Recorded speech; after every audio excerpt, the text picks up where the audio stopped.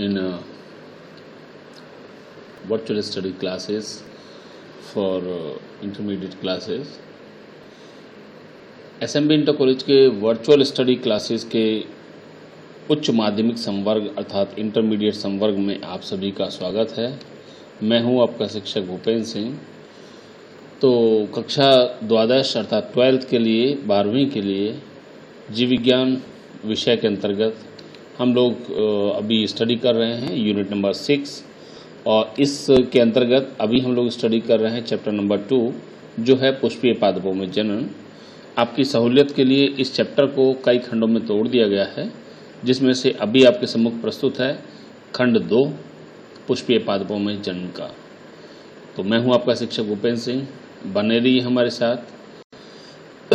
अभी तक हम लोगों ने जो स्टडी किया यूनिट 6 रिप्रोडक्शन में पुष्पीय पादपों के जनन के अंतर्गत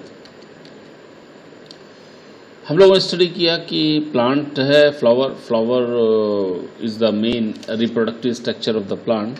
पौधे की मुख्य जननिक संरचना जो है वो पुष्प है। पुष्प के भागों के बारे में स्टडी किया, जिसमें से हमने उनको 2 कैटेगरी में डिवाइड किया, आवश्यक और अनावश्यक भाग, जैसा कि आप लोग पहले वीडियो में देख चुके हैं। इन भागों को हम लोग क्या रिप्रोडक्शन व्यू पॉइंट से हम लोग आवश्यक भागों के बारे में जो चर्चा की है, तो हमने कहा कि इसको 2 कैटेगरी में डिवाइड किया हमने, एक ये मेल पार्ट और दूसरा ये फीमेल पार्ट। तो मेल पार्ट अर्थात एंथेरिडियम अर्थात पुंकेसर के विषय में हम लोग डिटेल में स्टडी कर चुके हैं। आज हम लोग लेकर चल रहे हैं पुष्प के मादा जनन भाग अर्थात स्त्री केसर के विषय में। यस, तो स्त्री केसर अर्थात गायनीशियम को लेकर के चलें। तो as far as the structure of the gynoecium is concern, तो जायांग, जिसको हिंदी में जायांग बोलते हैं, नॉर्मली जैसे मैं आपको बताया कि ये प्लांट का फीमेल रिप्रोडक्टिव स्ट्रक्चर है। ज़रूरी चीज़ है कि इसकी जो यूनिट है उसको अंडप कहते हैं, अंडप या कार्पल कह दीजिए इसको। दूसरी तरफ से लेके चलते हैं इसको, नॉर्मली पिस्टल भी कहा जाता है। तो ये जो स्ट्रक्चर है pistol, it is generally made up of 3 parts. Normally 3 भागों से मिलकर के बना हुआ है, जैसे कि आप लोग डायग्राम में भी देख पा रहे होंगे। This carpel is made up of 3 structures as the stigma, style and the ovary. Hindi में बात करें तो स्टिग्मा अर्थात वर्तिकाग्र, जैसा कि आप लोग इधर देख पा रहे हैं, स्टाइल यानी कि वर्तिका, और नीचे की तरफ जो मेजर भाग है, इसका मुख्य भाग है, दैट इज द ओवरी या अंडाशय। तो इस प्रकार से जो पिस्टल है या जो गायनीशियम है या आप लोग का ये कार्पल है, इसको नॉर्मली 3 मेजर भागों में डिवाइड कर देंगे। मतलब यहाँ जो निकल कर आया कि इसकी जो यूनिट है वो क्या है, कार्पल या अंडप है, जैसा कि मैंने ऊपर भी लिखा है। अच्छा, अब डिपेंड करता है कि एक गायनीशियम के अंदर कार्पल्स की संख्या वैरी करती है, अलग अलग प्लांट्स में अलग अलग हो सकती है। तो ये मोनोकार्पिलरी नाम से ही क्लियर है, मोनोकार्पिलरी यानी जिसके अंदर केवल एक कार्पल रहा हो। ऐसी कंडीशन भी हो सकती है जो सिंगल सीडेड स्ट्रक्चर्स बनती हैं जबकि कुछ और केसेस में ये बाईकार्पिलरी, ट्राईकार्पिलरी, पेंटाकार्पिलरी से मतलब कह लीजिए कि आगे पॉलीकार्पिलरी स्ट्रक्चर्स तक हो सकती है। यस, जितने सारे कोष्ठ होंगे। एक छोटा सा एग्जाम्पल हम लोग ऐसे लेकर के चले, जैसे आपने भिंडी देखा होगा, तो भिंडी का जो हम लोग ट्रांसफर सेक्शन काटते हैं, नॉर्मली होता क्या है कि जो ओवरी है, मैच्योरिटी के बाद में जो ओवरी है वो किस में कन्वर्ट हो जाता है, फ्रूट में कन्वर्ट हो जाता है। तो और दूसरी तरफ जो ओव्यूल्स हैं वो स्ट्रक्चर जाकर चेंज हो जाती है। यहाँ आप लोग देख पा रहे होंगे ये छोटे छोटे से ओव्यूल्स लगे हुए हैं। ये ओव्यूल स्ट्रक्चर बाद में बदल जाती है सीड में। ओके, और ये पूरी ओवरी वाला पार्ट जो है ये पूरा फ्रूट बन जाता है। तो अगर आप किसी फ्रूट का सेक्शन काटते हैं तो लगभग वैसा ही होगा जैसा कि वो किसी ओवरी केस में रहा करता होगा, बस उसका साइज वेरी करेगा, बढ़ जाएगा। तो जैसे भिंडी के केस में हमने बात की कि आपसे पेंटाकार्पिलरी या हेक्साकार्पिलरी स्ट्रक्चर बन सकती है। तो आपने देखा छोटे छोटे चैम्बर्स होते हैं जिनमें कि क्या होता है, एक एक आपको सीट दिखाई देगा, और वास्तव में देखें तो लंबवत रूप से ये पूरी चेन होती है एक एक लाइन की। यस, तो इस तरह से हम लोग करेंगे उसको पेंटाकार्पिलरी या हेक्साकार्पिलरी बात करेंगे। जहाँ मोर देन 5 या 6 या 10 या मतलब अनकाउंटेबल हो गए, वहाँ पर हम लोग उसको पॉलीकार्पिलरी कंडीशन कह देंगे। ओके, तो कहने का मतलब यह है कि कार्पल्स की संख्या 1 से अनेक तक हो सकती है। अब यहाँ पर मेन चीज आती है कि गुरु बीजाणुधानी अर्थात मेगास्पोरेंशियम अर्थात ओव्यूल। तो ये काफ़ी इंपॉर्टेंट स्ट्रक्चर है। नॉर्मली आपने जो देखा कि आप इसको दूसरी तरह से ये कह दीजिएगा कि फर्टिलाइजर, यहाँ भी आप देख पा रहे हैं डायग्राम में कि ये these ovules are arrange over a strip which provide nourishment, जो इसको पोषण प्रदान कर रही है इन ओव्यूल्स को कहिएगा या फिर इन सीड्स को कहिएगा, that structure is called as the placenta जरायु। ओके, तो ये जो स्ट्रक्चर था इसके ऊपर क्या अरेंजमेंट रहता है, बाकी वो डिटेल में आप लोग 11th क्लास में पढ़ चुके होंगे। दैट इज द प्लेसेंटेशन एक टॉपिक हुआ करता था, हिंदी में शायद उसको बीजांड न्यास कहते हैं। तो normally arrangement of the ovules over the placenta, yes. तो इस तरह से क्या हुआ कि ओव्यूल्स प्लेसेंटा के ऊपर अरेंज रहते हैं, उनका अरेंजमेंट पैटर्न वैरी करता है अलग अलग तरह से, यस। आगे बात करते हैं तो प्लेसेंटा एक ओव्यूल एक इंपॉर्टेंट स्ट्रक्चर हुआ जिसको हम लोग डिटेल में लेके चलेंगे। अब आगे के जो चेंजेस होते हैं बेसिकली इनको हम लोग दो में डिवाइड कर सकते हैं, आप लोग कंफ्यूज हो जाएंगे इसलिए इसको यहाँ पर हम लोग शॉर्ट में लेकर के चल रहे हैं। तो एक आता है मेगा स्पोरोजेनेसिस, जैसे कि हमने मेल स्ट्रक्चर के बारे में स्टडी किया कि जो मेल स्ट्रक्चर था वहां पर भी हमने क्या कहा, वहां पर टर्म थी माइक्रोस्पोरोजेनेसिस, अर्थात माइक्रोस्पोर का फॉर्मेशन निर्माण। यहां पर वो क्या हो गया, मेगा स्पोरोजेनेसिस। तो mega sporogenesis means mega spore का फॉर्मेशन तक की जो प्रक्रिया होगी उसको हम लोग मेगा स्पोरोजेनेसिस या गुरु बीजाणु जनन कहते हैं। एग्जाम्स में आता है और आप लोग क्या है कि जाते हुए भी इसको थोड़ा सा नासमझी में गलत कर देते हैं, आप मेगा स्पोरोजेनेसिस और मेगा गैमेटोजेनेसिस में अंतर नहीं समझ पा रहे हैं। ओके, तो मेरी बात क्लियर है आपको, यानी कि ये ओव्यूल्स वगैरह जो बने आपके उस प्रोसेस में ओव्यूल के अंदर जो प्रोसेस होगा मेगा स्पोर के बनने का, तो वो मेगा स्पोर के निर्माण की जो प्रक्रिया है उसको मेगा स्पोरोजेनेसिस कहेंगे, जिसे अभी हम लोग आगे डायग्राम के थ्रू समझाने की कोशिश करेंगे। दूसरा नॉर्मली होता क्या है, वही है कि मेगा स्पोर मदर सेल्स हैं। ज़रूरी बात है कि मेगा स्पोर यानी एमएमसी जो है मेगा स्पोर मदर सेल, इनमें रिडक्शन डिवीजन होगा और रिडक्शन डिवीजन के फलस्वरूप क्या होगा, हैप्लॉइड स्पोर्स बन जाएंगे। ये आपने देख पा रहे होंगे यहाँ पर, इट इज़ द मियोसिस, अर्धसूत्री विभाजन होगा जिसके फलस्वरूप एक मदर सेल से 4 मेगा स्पोर्स बन जाएंगे। यस, आगे की कहानी क्या होगी उस हम लोग डायग्राम में अगली स्लाइड में देखेंगे। तो मेगा स्पोरोजेनेसिस क्या हुआ, क्लियर हो गया। बहुत शॉर्ट में बात करें तो मेगा स्पोर के निर्माण की प्रक्रिया मेगा स्पोरोजेनेसिस या गुरु बीजाणु जनन कहलाती है। That's it.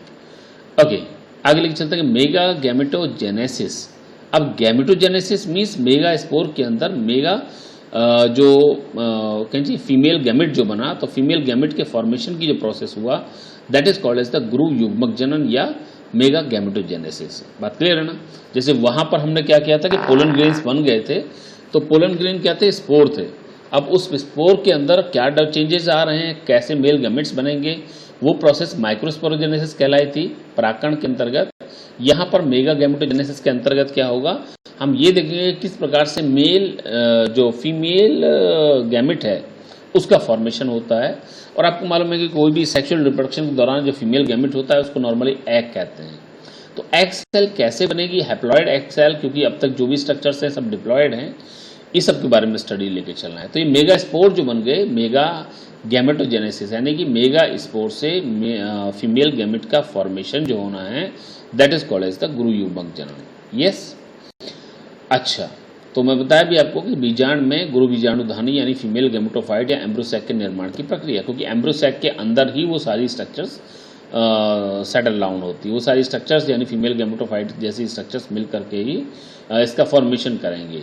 अच्छा, बराबर में ये आप जो डायग्राम देख पा रहे हैं, I think it is clear. अगर हम फ्लावर के बाकी के स्ट्रक्चर्स को निकाल दें, सारे भागों को निकाल दें, यानी कि अनावश्यक भाग जैसे कि पेटल्स हैं, सेपल्स हैं, कुछ और हैं, तो और बाकी मेल पार्ट्स को निकाल दीजिए, तो बाकी जो बचेगा ये क्या रहेगा आपका, ये आपका गायनीशियम या पिस्टल पार्ट बचा। ओके, अब स्टिग्मा की बात है तो वो डिटेल में आप लोगों का वो जो टैक्सोनॉमी टॉपिक हुआ करता था, मॉर्फोलॉजी टॉपिक हुआ करता था, वहाँ आप लोग इसको डिटेल में स्टडी कर लिए होंगे। स्टिग्मा बहुत तरह की हो सकती है, तो आप इसमें कंफ्यूज मत होइएगा कि स्टिग्मा कैसी है, इसकी कैसी है, कुछ भी हो, लेकिन जो टर्मिनल पोर्शन है that is called as the stigma, it is the main fact. इसके बाद में ये आप ये स्टाइल देख रहे हैं, नीचे ओवरी देख रहे हैं, इसके नीचे थैलेमस है, तो कुल मिलाकर के ये फीमेल गैमेटोफाइट की एक स्ट्रक्चर आपके सम्मुख प्रस्तुत हुई। इसके बाद में लेकर के चलते हैं, अभी जैसे हम लोग बात कर रहे थे डेवलपमेंट, तो अभी यहाँ पर क्या हम लोग प्राइमरीली दोनों डेवलपमेंट्स को लेकर के चलते हैं।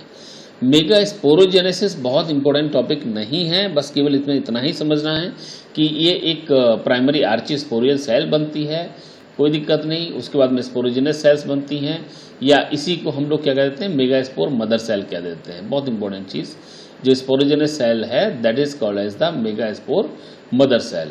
ओके, और साथ ही साथ यहाँ जो बाकी डिप्लॉयड सेल्स हैं इनसे और स्ट्रक्चर बनती रहती है ओव्यूल जैसी। ये बाकी जो इसकी कवरिंग स्ट्रक्चर है ये क्या है, ओव्यूल है।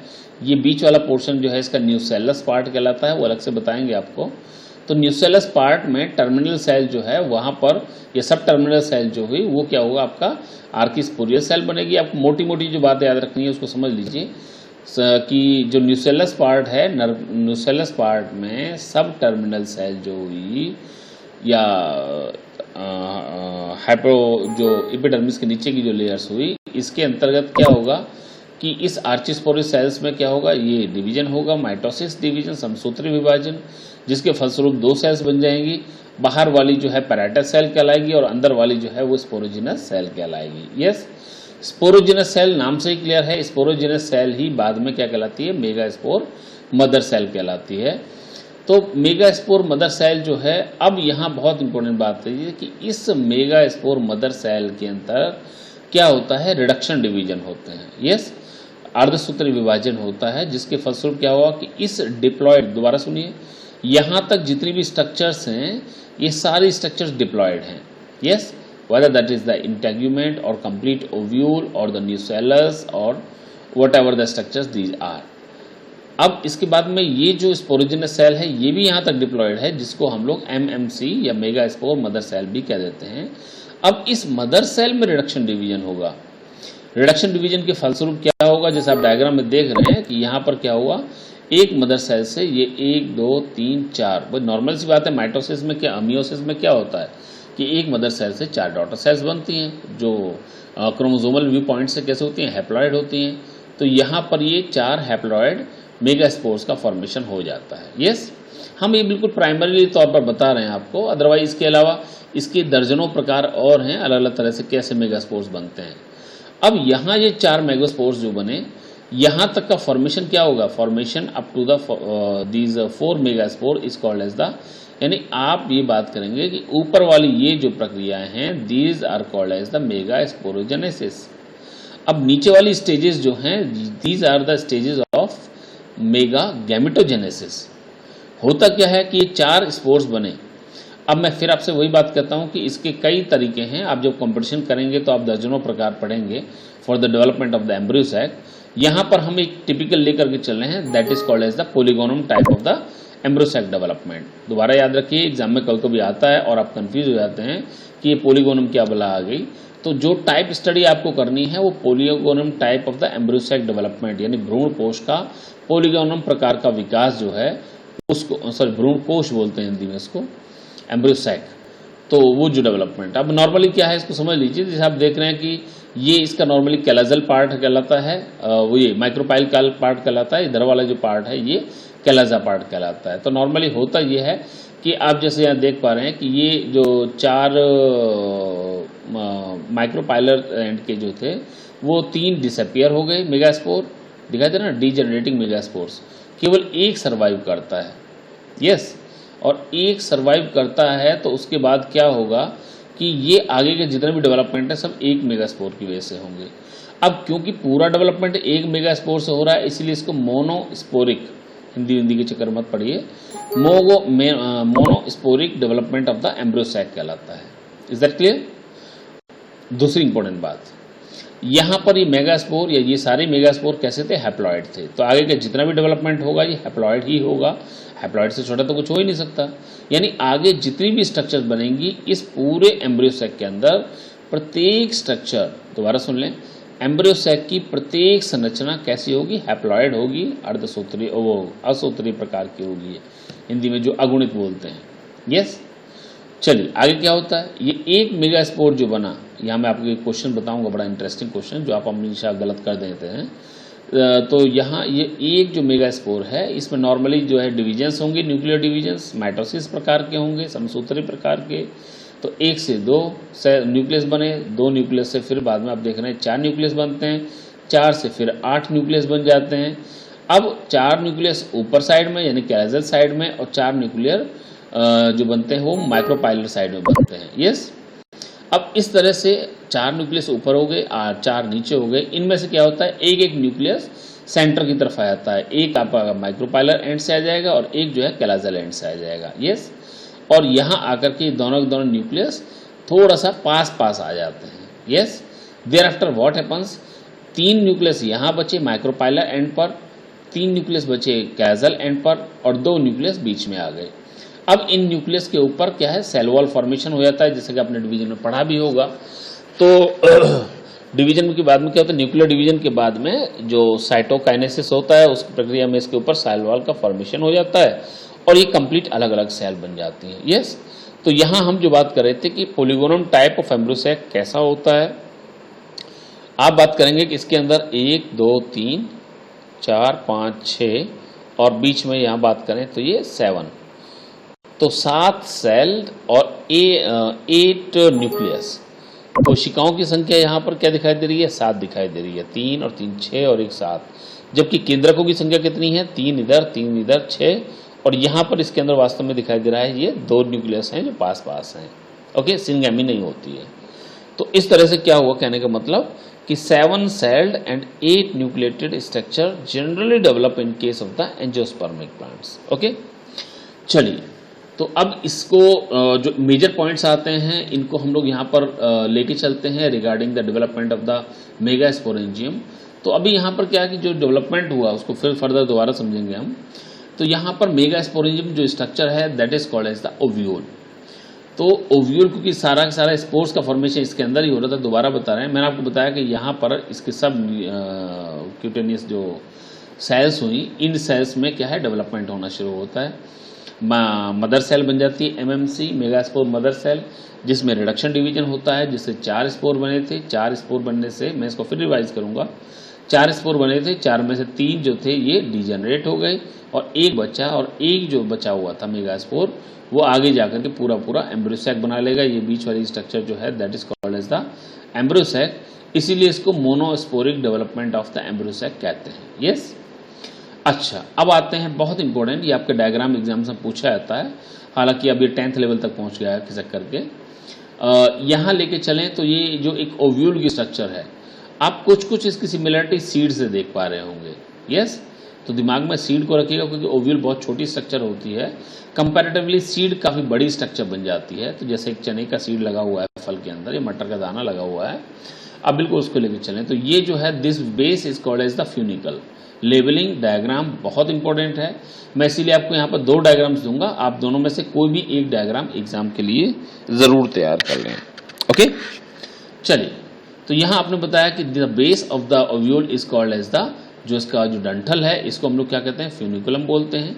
जहाँ से डंठल इस पूरी जनरल स्ट्रक्चर के साथ में जुड़ेगा, this joint is called as the hilum. Okay, important है, बताएं क्या इंपॉर्टेंस है इसकी।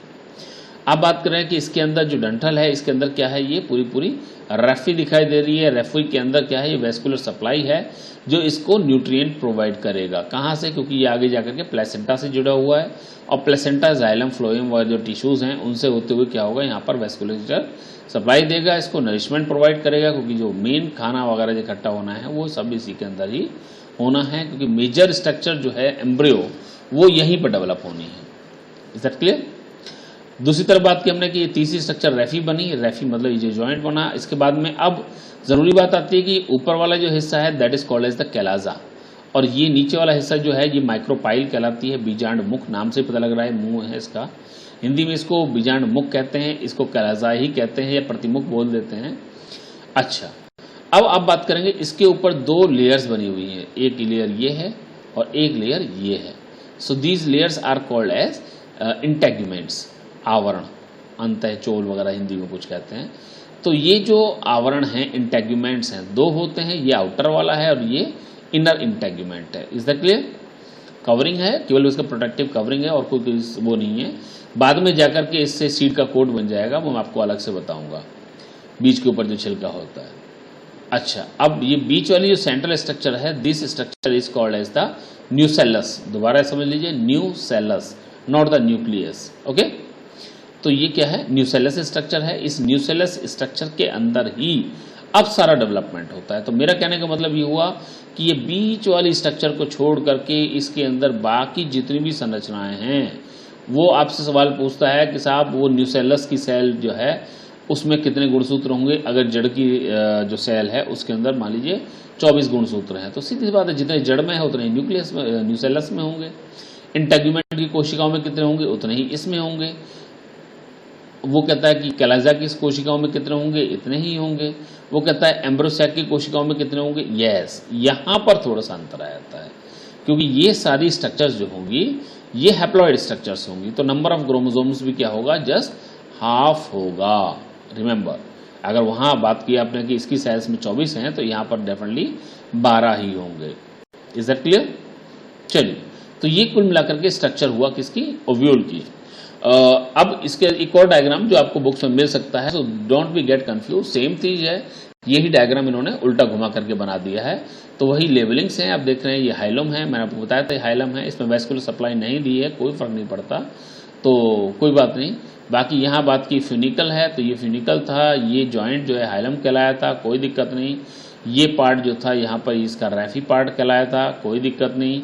ये माइक्रोपाइल यानी बीजांड मुख है, ये अपोजिट साइड आपको बताया था मैंने आपको, कैलाजा कहलाता है, कैलाजल पोल कहलाता है। यहाँ पर इसके ऊपर 2 लेयर्स चढ़ी हुई हैं, आपने बात की थी, इनको कहते हैं इंटेग्यूमेंट, ये बाहर वाला यानी आउटर इंटेग्यूमेंट, ये अंदर वाला यानी कि इनर इंटेग्यूमेंट। इसके बाद में बात करें ये बीच वाली जो स्ट्रक्चर चीज जिसको हमने न्यूसेलस कहा था, इस न्यूसेलस के अंदर बीच में जो स्ट्रक्चर होती है that is called as the embryo sac. Okay, इस एम्ब्रियोसैक को हम लोग अलग से डिटेल में स्टडी करेंगे। तो I think the structure of the ovule is very very clear to you, exam के लिए भी याद रखिएगा, बहुत इंपॉर्टेंट है। चलिए अगली स्लाइड पर जाते हैं। तो मेजर चीज जो आई अभी तक ओव्यूल के बारे में, तो इसके स्ट्रक्चर्स के बारे में आप फ्यूनिकल समझ गए क्या होता है, हाइलम समझ गए, इंटेग्यूमेंट समझ गए, माइक्रोपाइल क्या होता है, कैलाजा, न्यूसेलस, एम्ब्रियोसैक, ये सारी चीजें आपको क्लियर हो चुकी हैं। अब एक काफी इंपॉर्टेंट क्वेश्चन आप लोगों से जो पूछा जाता है that is the type of the ovules, तो ये आपको याद रखने पड़ेंगे और इनका रफ डायग्राम लेकर के चलना पड़ेगा। यहाँ पर 6 टाइप ऑफ द ओव्यूल्स बताए जा रहे हैं जो अक्सर आप बुक्स में पढ़ेंगे। इनका एक जो क्रम है इसी क्रम को याद रखिएगा और इसी क्रम में इनको याद रखने की कोशिश कीजिएगा। जैसे अब आप बात करते हैं ऑर्थोट्रोपस। ऑर्थोट्रोपस ओव्यूल, ऑर्थोट्रोपस मतलब अब यहाँ पर हम लोग 3 चीजों का रेफरेंस लेते चलते हैं, माइक्रोपाइल, कैलाजा और बीच में क्या था ये इसका फ्यूनिकल।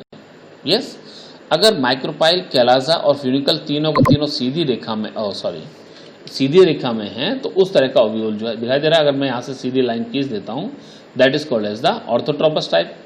तो orthotropous type of the ovule जो होता है ये क्या हुआ, इसको कहते हैं जब माइक्रोपाइल, कैलाजा और फ्यूनिकल तीनों एक लाइन में हो। इस तरह क्लियर? ओके, इस तरह का केस जो है आपको मोस्टली दिखाई देगा जिम्नोस्पर्म के अंदर, कुछ एंजियोस्पर्म में भी होता है, लेकिन जिम्नोस्पर्म में मोस्टली इसी तरह के ओव्यूल्स पाए जाते हैं, पर्टिकुलरली टुवर्ड्स द साइकस। दूसरी बात करते हैं anatropous. This type of the ovule is most common in case of the dicots. इस तरह का जो ओव्यूल है डाइकॉट द्विबीजपत्री, आपको मालूम है कि आवर्तबीजी 2 तरह के होते हैं, एक बीजपत्री और द्विबीजपत्री है।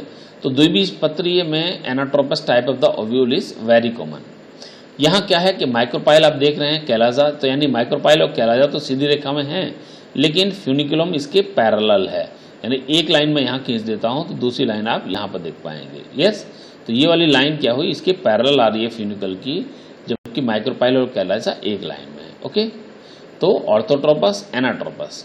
इसके बाद में आता है ये वाला नंबर, अब याद रखिएगा ए, बी और ई, हेमी एनाट्रोपस। इसके और इसके बीच की कंडीशन, मतलब यहां आपने बात की थी कि साहब ये मुंह ऊपर की तरफ है सीधा, इसमें बिल्कुल नीचे की तरफ है इसका मुंह, यहां पर न तो नीचे है ना ही ऊपर है, बीच में है। यानी कि माइक्रोपाइल, कैलाजा और फ्यूनिकल, इन तीनों के बीच में 90 डिग्री का एंगल बनता दिखाई देगा, आपको दिखाई दे रहा है। It is perpendicular to the funicle is perpendicular to the micropyle in the chalaza. Yes, तो तीसरा होता है हेमी एनाट्रोपस। चौथा होता है एम्फीट्रोपस, ये कैम्पाइलोट्रोपस। कैम्पाइलोट्रोपस को आप ये मान चलिए कि ये दिस एम्फीट्रोपस और एनाट्रोपस और हेमी एनाट्रोपस के बीच की कंडीशन है। मतलब यहाँ पर आपने बात की थी कि ये it will form the angle of 90 degree, तो आप इसको इस तरह से बना सकते हैं कि ये बैंड हो गया लगभग 45 पर, इस तरह से जो है। तो कैम्पाइलोट्रोपस जो हुआ वो 45 का एंगल बनाएगा। अगला नंबर आता है दैट इज द एम्फीट्रोपस। एम्फीट्रोपस में क्या होता है कि एम्फीट्रोपस है तो लगभग उसी के जैसा, एनाट्रोपस जैसा। अंतर केवल ये है कि यहाँ पर एम्ब्रोसैक जो है वो स्पेशल स्ट्रक्चर लेके चलेगा। It will form the horse shoe shape structure, जैसे घोड़े की नाल होती है ना जो आप लगाते हैं, इस तरह का दिखाई दे रहा है आपको। तो मतलब यह है कि इसका जो एम्ब्रोसैक है वो बस वो एम्ब्रोसैक स्पेशल होता है, बैंड होता है थोड़ा सा, और बाकी का ये सेम ऐसा ही होगा जैसा कि एनाट्रोपस है। अब एग्जाम्पल जरूरी है याद रखना, मैं आपको एग्जाम्पल बताया इनका। तो तीसरा ये आप जो एम्फीट्रोपस देख रहे हैं, तो ये जो लेग्यूमिनस फैमिली है, तो लेग्यूमिनेसी फैमिली जिसमें दालें आती हैं, किसी भी तरह की दाल हो, उसमें इस तरह का एम्ब्रोसैक बहुत कॉमन मिलता है एम्फीट्रोपस। पूछा था एग्जाम में, इसलिए मैं आपको बता रहा हूँ। Last one is called as the circinotropous. देखिए सिरसिनेट का मतलब होता है इस तरह से कॉइल्ड जो है, जैसे आपने किसी कागज को रोल बना दिया उसके बाद में छोड़ दिया तो क्या है, एक ये स्पाइरल छल्ला सा बना रहेगा। तो उस तरह की स्ट्रक्चर जो बनेगी, तो आपने ये देखा कि यहाँ पर ये जो फ्यूनिकल है, लुक हियर, ये जो फ्यूनिकल है ये पूरी तरह से चारों तरफ से इसको ऐसा करके घेर रखा है। ये आप ऐसे भी कह सकते हैं कि पहले साहब ये ऑर्थोट्रोपस था, फिर ये एनाट्रोपस बना, फिर ये हेमी एनाट्रोपस बना, ये जो भी कहिएगा। लेकिन नॉर्मल सी बात यह है कि ओव्यूल जो है उसके चारों तरफ फ्यूनिकल ने उसको घेरा होता है, एक सर्कल बनाया होता है, इसीलिए इसको सर्कलोट्रोपस कह दीजिए या सिरसिनोट्रोपस कह दीजिए, एक ही बात है। ओके, तो इस तरह से ये जो है आपको खास तौर से फैमिली कैक्टेसी जिसके लिए बात करते हैं, जिसमें अपंशिया आता है या और जो प्लांट्स आते हैं, तो नागफनी वाली जो फैमिली है उसके अंदर इस तरह के ओव्यूल्स मिलते हैं। Is that clear? यहाँ तक आपको ये चीज़ क्लियर है? आगे चलते हैं।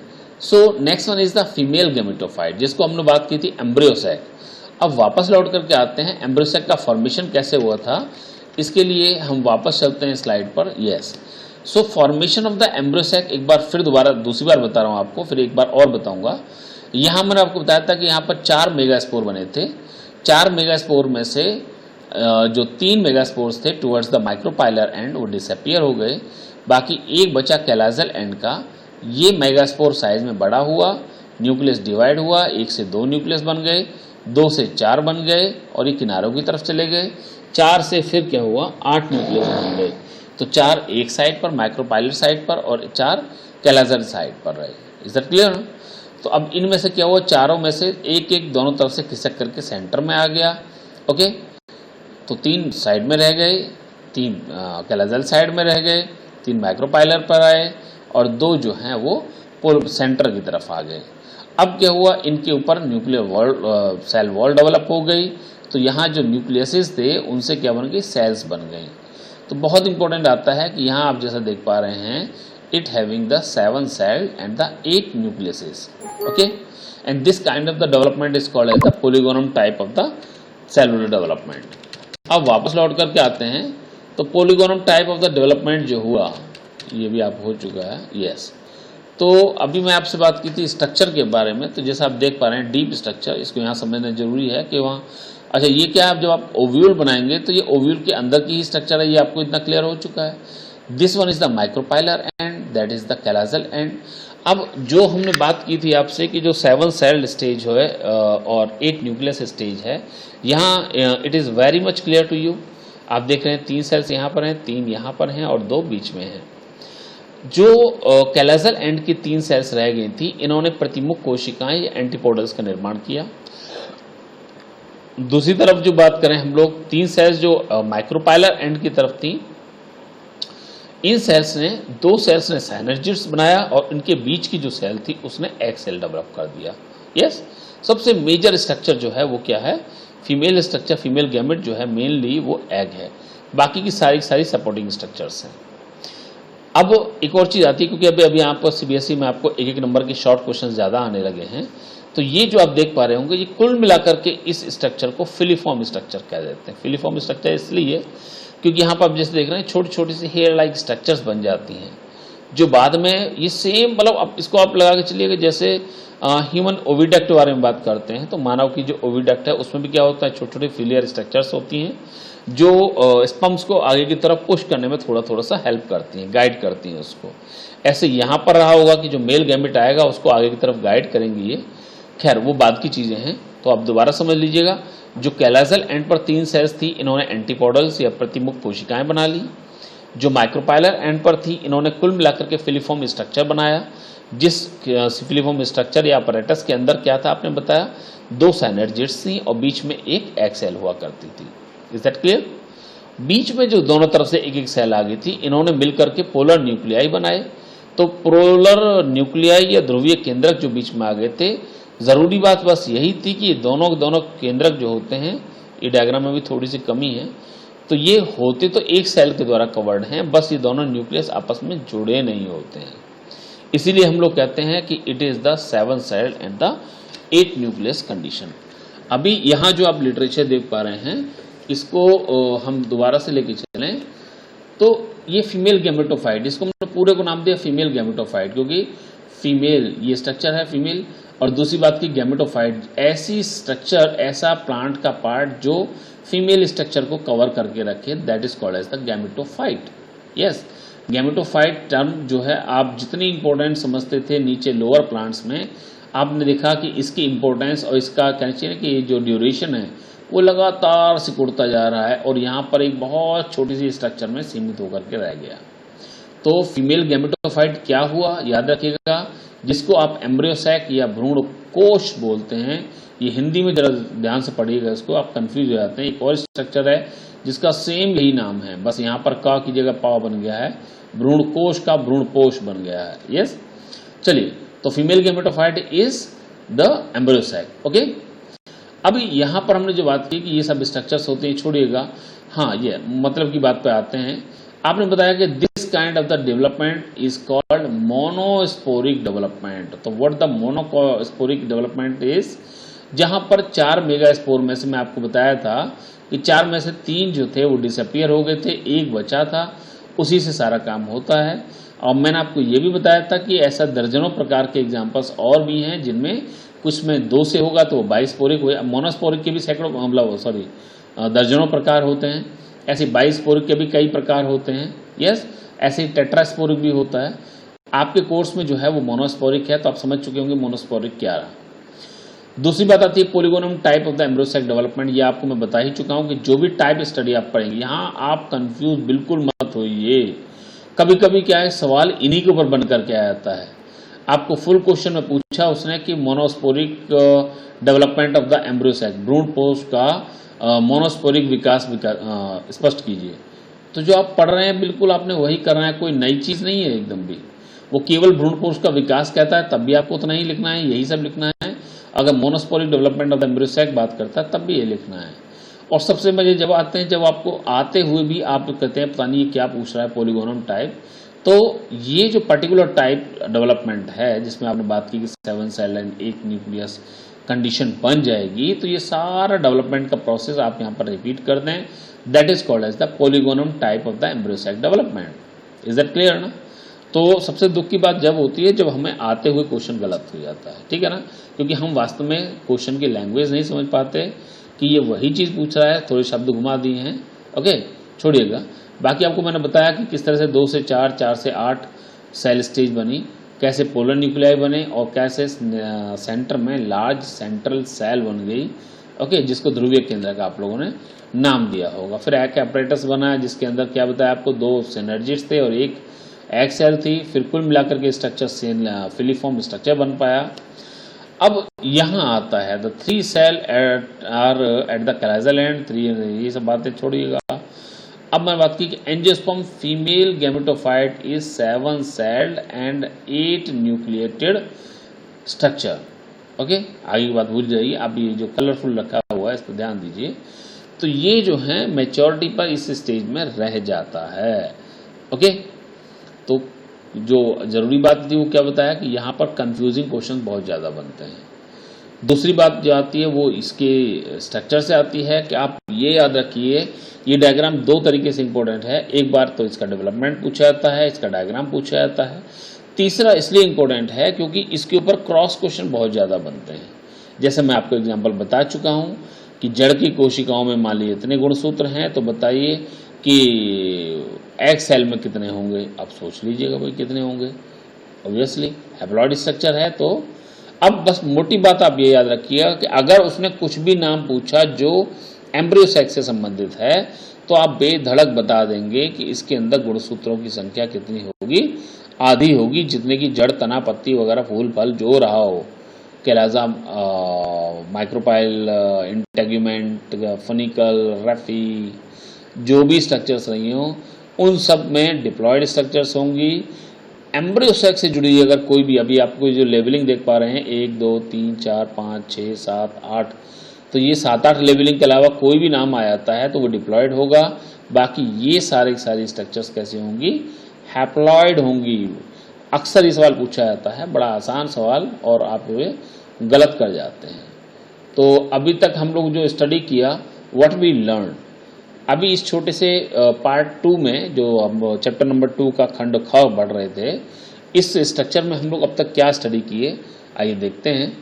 हमने जाना कि गायनीशियम, जो गायनीशियम पार्ट था, that was female part of the flower. Is that clear? आप समझ चुके होंगे इस चीज़ को। दूसरी बात हमने समझी कार्पल क्या होती है, जिसको हम लोग यूनिट ऑफ द गायनीशियम लेकर के चलते हैं। तीसरा लेकर चलने डेवलपमेंट ऑफ द, जो आगे डेवलपमेंट है, वो डेवलपमेंट दो तरीके से हम लोग लेकर के चलते हैं कि एक तो पार्ट होता है पहला, जिसको हम लोग नाम दिए मेगा स्पोरोजेनेसिस, अर्थात मेगा स्पोर के निर्माण तक की प्रक्रिया। ओके, वही जो आपने बताया कि स्पोरोजेनस सेल बनी, फिर उससे पैराइटल सेल बनी, नीचे स्पोरोजेनस सेल बनी, मतलब आर्की स्पोरियल सेल, आर्की स्पोरियल से स्पोरोजेनस, स्पोरोजेनस के नीचे की तरफ जो है ये बनते रहो। कुल मिलाकर के लास्ट में अर्धसूत्रीय विभाजन के फलस्वरूप एमएमसी के द्वारा 4 मेगा स्पोर्स बन गए। तो यहाँ तक का formation is called as the megasporogenesis. Next one इस बात करें तो मेगा गैमेटोजेनेसिस के अंदर हमने क्या पढ़ा कि मेगा गैमेट्स का निर्माण कैसे होगा, यानी एग सेल या एग अपरेटस या एग स्ट्रक्चर या एम्ब्रियो सैक, ये सारे डेवलपमेंट्स जो थे, ये कंप्लीट डेवलपमेंट, या इसको हम लोग monosporic development of the embryo sac कह सकते हैं, या polygonum type of the embryo sac development कह सकते हैं, या फीमेल गैमेटोफाइट की डेवलपमेंट कह सकते हैं। ये सारे जो प्रोसेस थे, ये कहाँ हुए, मेगा गैमेटोजेनेसिस के अंतर्गत हुए। इसके अतिरिक्त हमने जाना स्ट्रक्चर ऑफ द ओव्यूल बहुत डिटेल में। हमने टाइप ऑफ द ओव्यूल्स के बारे में जाना, जो एग्जाम के लिए बहुत इंपॉर्टेंट है। आगे हमने कहा कि एम्ब्रियो सैक क्या होता है, इसको फीमेल गैमेटोफाइट क्यों कहते हैं, ये हमने जाना। इसके अलावा हमने structure of the embryo sac को बहुत डिटेल में स्टडी किया, और साथ ही साथ हमने development of the embryo sac को भी स्टडी किया। ओके, तो ये कुछ मेजर टॉपिक्स थे जो हमने खंड खा में कवर किए। इसके साथ ही हम खंड ग में अगली स्लाइड के साथ, वीडियो के साथ आपके सामने उपस्थित होंगे। हमारे साथ बने रहने के लिए बहुत बहुत धन्यवाद। Thank you very much.